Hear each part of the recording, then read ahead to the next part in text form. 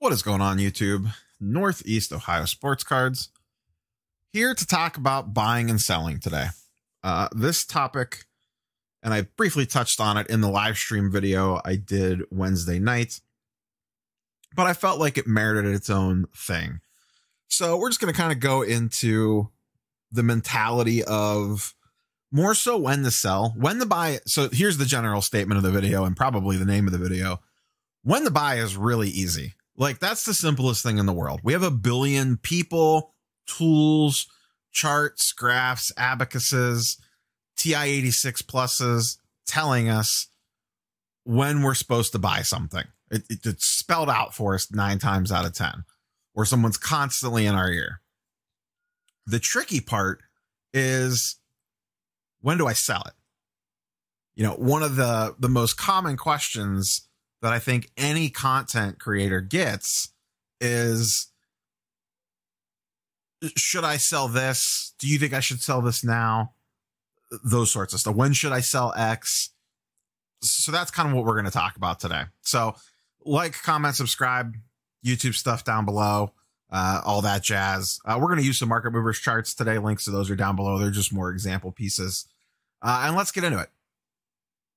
So, like I said, knowing when to buy, extremely simple. We have charts and graphs that show us, oh, the PSA 10 went up 100% the last 30 days, but the PSA 9 is only up 50%. The PSA 9 is undervalued. We should go buy the PSA 9.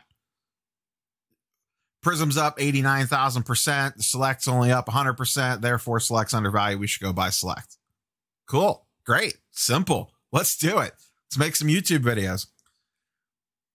When the sell gets a lot trickier. You know, there is no chart or graph you can really run in my mind that's going to show you the same thing. I guess maybe in some cases, but not really. If you really want to get people semi-riled up, make a suggestion to sell somebody.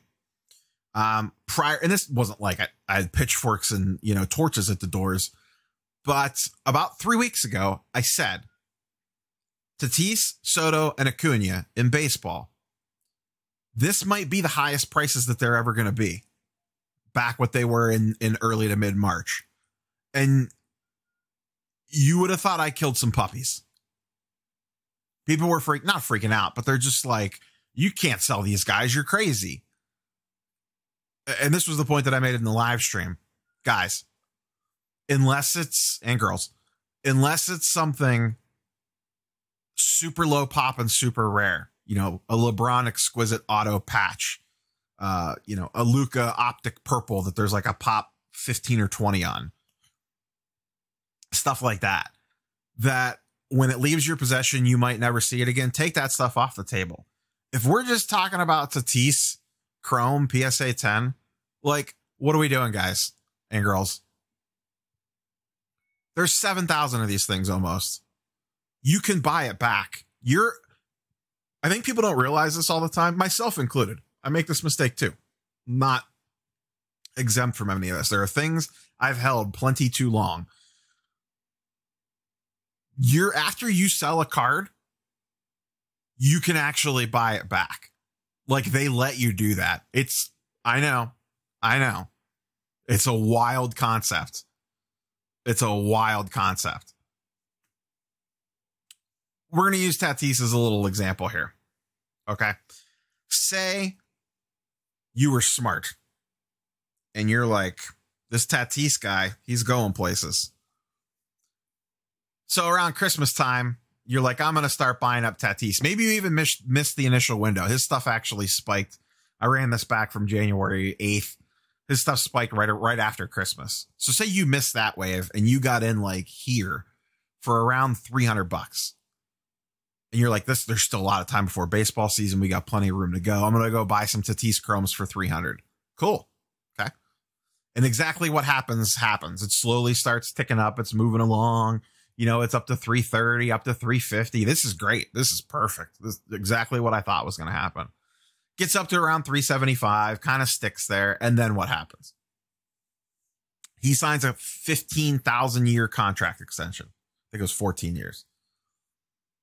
And his prices go nuts. He goes from 375 360 on the 16th to 500 basically on the 19th. In 3 days, he went up $150 because he signed for longer. I sure, I guess San Diego's good. He's in arbitration forever. It's not like these baseball players can leave super easy or often until, you know, they've been with a team for quite a while before they could just hop ship. It wasn't like he was leaving San Diego anytime soon. So why are we freaking out because he signed a contract extension causing his prices to spike? Like, I get why they go up. Anything in the news like that causes it to spike, but that spikes like that should be more red flag spikes of like, hey, he didn't really do anything. Is this really sustainable, or is this just hype? And even if you take all that out of it, if you bought anywhere back in here, anywhere sub 350, really anywhere prior to this, why weren't you selling here? Even if you believe in Tatis long term, this hobby, I'm using that in very loose air quotes because it feels less like a hobby every single day, is all about riding the waves. Sasha T mentioned it in a video, one or two of his videos ago, just in an offhand remark, talking to someone in one of his vlogs about just ride the waves on these guys. When you get a nice wave, like as soon as this Tatis thing happened, you should have been dumping pretty much everything you have, unless it's something super rare. Because I know we said this earlier, you can buy them back. They let you. Seriously. If you got into this card for around $300 and it spikes to 500 and you're not instantly pulling the trigger, you need to really look in the mirror about what you're doing here. Unless you're just the biggest Tatis homer in the world. I assume most people watching this channel are in this to flip stuff to get into their more grail cards, if you will, to steal a comic book term. You know, your LeBron Topps Chrome PSA 10, maybe a refractor LeBron, a Jordan, whatever. You're moving this lower end stuff. Maybe your dream card's a Tatis refractor or a Tatis auto refractor or something like that. To be able to get there, you got to sell the stuff. And don't tell me that, you know, your card's worth, you know, your collection's worth $5,000. It's not worth anything until you actually sell it and the money's in your checking account. And then you have that money to spend. Until you realize the profit, it's not actually there. It's just fugazi. But if you bought this for $300 anywhere prior to this, you should have immediately been selling. Perfect example of this. He signed the contract. I ran to Star Stock and bought two PSA 10s for sub $400. They were like $369 and $379. They were slightly high compared to what the comps were at that very second, but I knew what was going to happen. They spiked to $480. I sold both of them for $480, $490. Made a quick $100 a card in like literally 12 hours. I didn't sit and hold on to it and go, well, we're 3 weeks away from the season. He could come out and look great. And this has nothing to do with him getting injured. Look at this chart from the time that this wave crested. It starts immediately slowly going down again. You know, it was 500 here, 500 there. And then it drops down to 460. It spiked back up again to 480. Then it starts dipping back down again. You know, here it's 450. You know, here's a little bit of a downturn down to 450 again, down to 400. Now we're at 410. Oh, spiked back up again, went down again. Now we're around 400, 430, went all the way down to 350, came back up to 420, and then he got hurt. So we're not even at the time that he got hurt yet. And you're already down to about $400, 400 to 410. So you've lost 100 already. Just throughout spring training, and it's trending downward. And as we've seen, unless these guys just play ballistic out of their minds, the prices just kind of stagnate in season, at least for football and at least for basketball. I understand baseball is a little bit different. Sometimes it's a longer term hold, whatever. But when you see stuff like this, when these big spikes happen, just sell. Odds are this is not sustainable. I bought 2 of them. Okay. I made $200 profit on those 2 cards. Do you know what I did? Right here ish. 2 weeks ago at my local card show, I bought one for $350. I got it for a little bit less than that. I paid $230 cash and then some trade. It was $200 cash plus what I traded I was into for like $38 that got me up to $350 in value.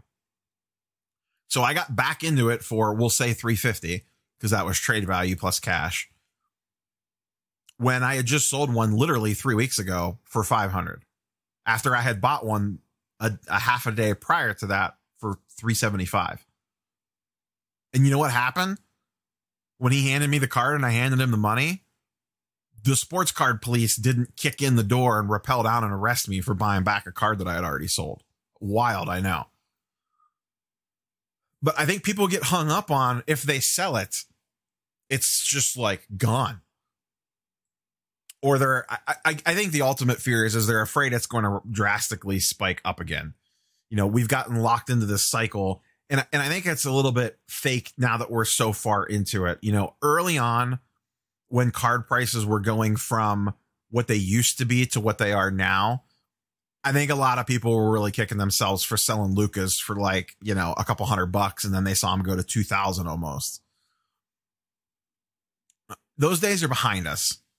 We're going to see wild spikes like this, but they correct very quickly. And odds are he would have leveled out at probably around 350.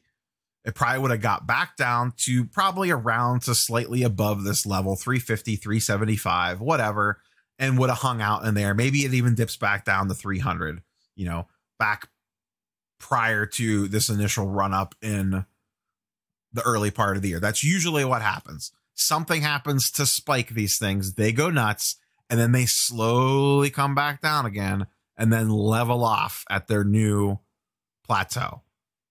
And that's where you could buy back in again. And like I said, we're not even getting into the fact that Tatis got hurt. That plays no factor in this. You could have had it for $300 back here, sold for $500, and then rebought back for $350 to $400 before the injury even happened. Now, how do you know what's the peak here? Fair, very fair.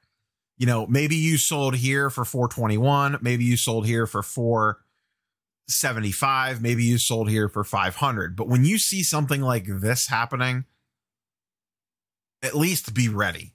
You know, even if you don't sell, even if you miss this at $500 and sold here for $450, you're still doing pretty good if you got into it back here for around $300. You know, this whole run up here, it was sub $350. You're still making $100 a card. Like, how much money do you guys want to make on this stuff? Take the $100 per card and use it to get into the next thing. Hell, just wait a month and buy the card back for cheaper. Let's look at another example. And this is one that's going on right now. Durant Chrome, PSA 10. He got big buzz at the last Dallas card show. Whoop! Spiked way up.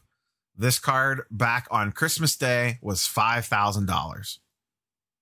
By mid-January, it was $7,000. A nice, slow, steady trend up, which is fine. You know, then it gets up to around 8,500. Levels back off again. This is fine. These little slow, you know, they're not that slow, but you get what I'm saying. It's a slide. It's not like a cliff face. Then what happens? Dallas. Whoop to the moon. When you see these huge jumps like this, that should put it on your radar. I need to start looking to sell this stuff because things are not going to go up forever. KD wasn't even playing. This was about the spec of KD and the fact that his prices had lagged too far behind where the other quote unquote GOATs were. And like, should KD be in that conversation? The Nets look good, et cetera, et cetera. He just came back last night. Was his first game back or 2 nights ago. And then here you can immediately see it spikes right there in early February. And now what? Slowly starts trickling back down. Got a little run up again, but then immediately starts coming back down again. Up a little bit, back down a little bit. And now it got a little bit of run up again in late March, or early March rather. And now coming right back down again.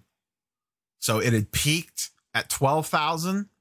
It's down to 9,000 now. You've lost 3,000. Now, this is all predicated on you bought in here, not here. You know, when you buy in the peaks like this, that's where things get tricky. And that's what you want to try to avoid. It gets hard, though, because you could look here and go, oh, well, this peaked up here. Nope, shouldn't be buying. And then it had another level to it. But if you bought at Christmas time for 5,500 and sold here for 8,500, you made $3,000 a card. Yes, it went to 12,000 for a brief minute. Sure, you could have made an extra $3,000 per card. But guys and girls, you made 3,000 per card. Like, even if this happens, are you going to be a little pissed? Sure. But would you rather have bought here and sold here, or bought here and held to here? And you bought at 8,500 and saw it go to 12,000, and you're like, no, this is the tip of the iceberg. And now all of a sudden it's right back down to almost where you bought it. If you bought at 8,500, today's current price is 9,500. Congrats. After eBay fees, you broke even on it. And it's easy to say, you know, well, when you make X percentage, I don't think it works like that. I get that question a lot. Like, hey, what do you look to get out of a card when you buy it? It's not that simple. I don't say like, okay, I bought this Tatum PSA 10, whatever, for 500. When it gets to 1,000, I'm selling. Because what happens if it gets to 950 and everything that you're reading the room says you should probably sell this, but in the back of your mind, you're like, no, I told myself 1,000. When it gets to 1,000, I'm selling. I've gotten burned like that myself personally. And luckily I caught it and got out on the way down before it went all the way back down to where it was. The most recent example of that was actually on the LeBron chalk toss. I don't remember the numbers exactly, but I bought 2 of them for about $200 PSA 9s. That card shot up to almost $700 to $800. I think it got to over $700. And in the back, and I had 2 of these things, and my plan was to sell one. I could have sold one and free rolled the first one that I bought and made money at 600 to 700 when it was. And I go, no. This thing's going to 8 for sure. I'll sell at 8. And what happened at 700, it sputtered out and started coming back down again. And it actually dropped down to 500, and I managed to get 600 out of it on eBay. So I really netted out like, 525, 540, whatever. I still made a profit, but I actually lost money if I would have just followed my gut and sold it initially, because I saw what was happening with the LeBron Chromes. But in my mind, I was like, oh, no. The chalk toss is immune. It's going to keep going a little bit more, because in my head, I had this $800 number stuck in there. Instead of just going, you know what, part of me was like, this doesn't feel right. I didn't follow that. But to me anymore, when I see these massive spikes like this, when you see these big steep lines, I'm immediately looking to sell stuff. Eventually it's going to come back down again. Hell, even I didn't pull the chart for it, but LeBron stuff spiked right before the NBA Finals last year. The guy won the championship, and the next day, within 24 to 48 hours, his prices were down like 20 or 30%. Just sell the thing before, whether he won or lost, it was going to go down within the next couple days. Just sell it. You can buy it back. This is just more Durant stuff. Once again, same thing. This is his base tops cards. This is PSA 9s because the pop reports are low on some of these. So you see the same thing. The little run-ups, it spikes up, and now it's starting to come back down again already. Like Sasha said, ride the waves. the waves start to crest, get the hell out. Sell on the way up, not on the way down. It's a lot easier to sell on the way up because as soon as it starts going down, everyone else is seeing that it's going down, and then everyone starts undercutting each other. And this market moves so fast, and these pop reports on some of this stuff are high. So there's a lot of it out there. Everyone keeps undercutting each other. Like, up, got to get out. Started going down. Got to get out. Got to get out. Got to get out. Where on the way up, it's a lot easier because the demand is there. People are like, oh, Tatis going to the moon, baby. He's in San Diego for 75 years. This is great. Give them all to me. And then a week later, they're like, ah, crap. I got to sell some of these things. Oh, man, you're selling. I got to sell too. Oh, shit. He's selling. I got to sell too. God damn, we're all selling. 450, 425, 410, 400. And sometimes you don't know. I mean, you're never going to know where the up is. When is the up going to stop? You're not going to know. You don't know. That's the hard part. But if you've doubled your money or you're up 30, 40, 50% on something, just take it and run. Most of this stuff is easy to find again. Let's use an example where this, I don't want to say has gone wrong, but an example, just a very recent example where this could have bit you in the ass, if you will. Ohtani. I said 2 weeks ago, sell Ohtani. Topps Chrome, you got him, sell him. It was right around here-ish. I forget when, I think it was exactly almost 2 weeks ago. So it would have been right in here somewhere. This late March, right in here somewhere. I don't remember exactly when it was. It was on one of the weekend review shows on Sunday morning. Because when you looked at the charts in February, you know, Ohtani has a bunch of rookies. We're just using this one to keep life simple. His Topps Chrome was going for about, let's see, right here, $60, $90, $70, $70 to $90, let's call it. In late March, it was going for $185. You made $100 per card on a $60 to $70 card. And odds are you probably got into it cheaper than that. Let's be realistic here. Maybe you bought it years ago when he was super hyped and you paid way more for it. I don't know. But even back then, the market was a different beast. So you probably paid less anyway. But if you bought back in here at Christmas time, you were loading up for baseball season at $30 a card, $60 a card, and it got up to 180-ish. What the hell are you waiting for? Look at the data. It's up 1 billion% in just a month. Ohtani, everything on paper shows that he's the most injury-prone guy in the world. How big of a risk are you willing to take to carry this stuff in the season? And like I always say, if you were smart and you believed in it that much, buy multiples, because then you get the best of both worlds. You could sell off 3 of them and keep one. And guess what? The one that you're keeping is basically free, and you probably made money to begin with on top of it. So now you're up money. Say you bought 3 of these for, let's call it $50 back on Valentine's Day. Your girlfriend comes to you, your wife, your boyfriend, your whatever, and they say, honey, what do you want for Valentine's Day? You have a $200 budget, and you say, give me 4 Ohtanis, baby. And they say, okay. You get 4 Ohtanis, you're into it for $200 for 4 of them. You get to late March, they're $185 a piece. You could sell 3 of them. Now you've paid for the one that you have, and you've made a ton of money.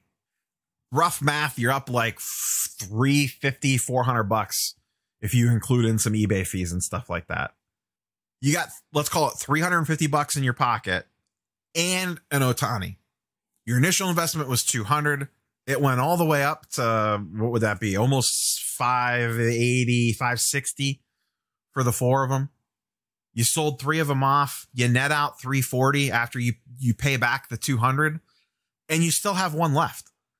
Now that's the best of all worlds. Now what happens? It actually starts dipping back down again. Shock. Gets all the way down to $150 before the season starts. And then he comes out, has a really decent first start, and then Sunday Night Baseball happens. He has the home run. He looks good pitching, and prices go ballistic. And we can see it's actually already fallen back down again a little bit, but it did peak back up to $250. Cool. You left $70 on the table. But what happened in that game? He got slide tackled at the plate and everyone was freaking out for about a good 10 minutes. Now it ended up being not serious, but that's how quickly it could go both directions. Literally the first 5 innings of that game, his prices were to the moon. And then he gets taken out at home plate. And the next thing you know, within the same 3-hour span, everyone's losing their goddamn minds. Don't even get to that point. Just sell it in here, like I advised. You know, it got up to $180. You were into it for nowhere near that. Take the money and run. Yes, this can happen. It could spike up another $70 in a day. Sure. But you can also have what happened with Tatis, where he blows out an arm and then it's going to fall. Or nothing could happen. They just go on and have a completely normal average season for whatever that player's normal numbers are. And you know what? His stuff's probably going to go down.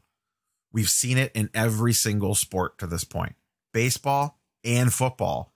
I'm sorry, football and basketball. And the trend lines are already showing it with baseball early on. It's a little too soon to say. We probably won't know for at least another month. But it's kind of looking that way. That's all I got for you guys today. Let me know what you think. Like I said, when to buy, easiest thing in the world. When to sell, whole different story. And there's a lot of factors that play in. You know, when you ask, anytime you ask someone that question, it's nearly impossible for them to answer. I don't know your financial situation. I don't know how much you have into the card. Do you need that money to buy something else? Or are you just going to sit on the money? Are you upside down on it, etc.? There's like a million things that factor into when to sell. But my gist here is if you're locking in good profit on this stuff, just pull the trigger. Yeah, you might sell too early, but I would much rather sell too early than too late. We'll catch you guys on the next one. Peace.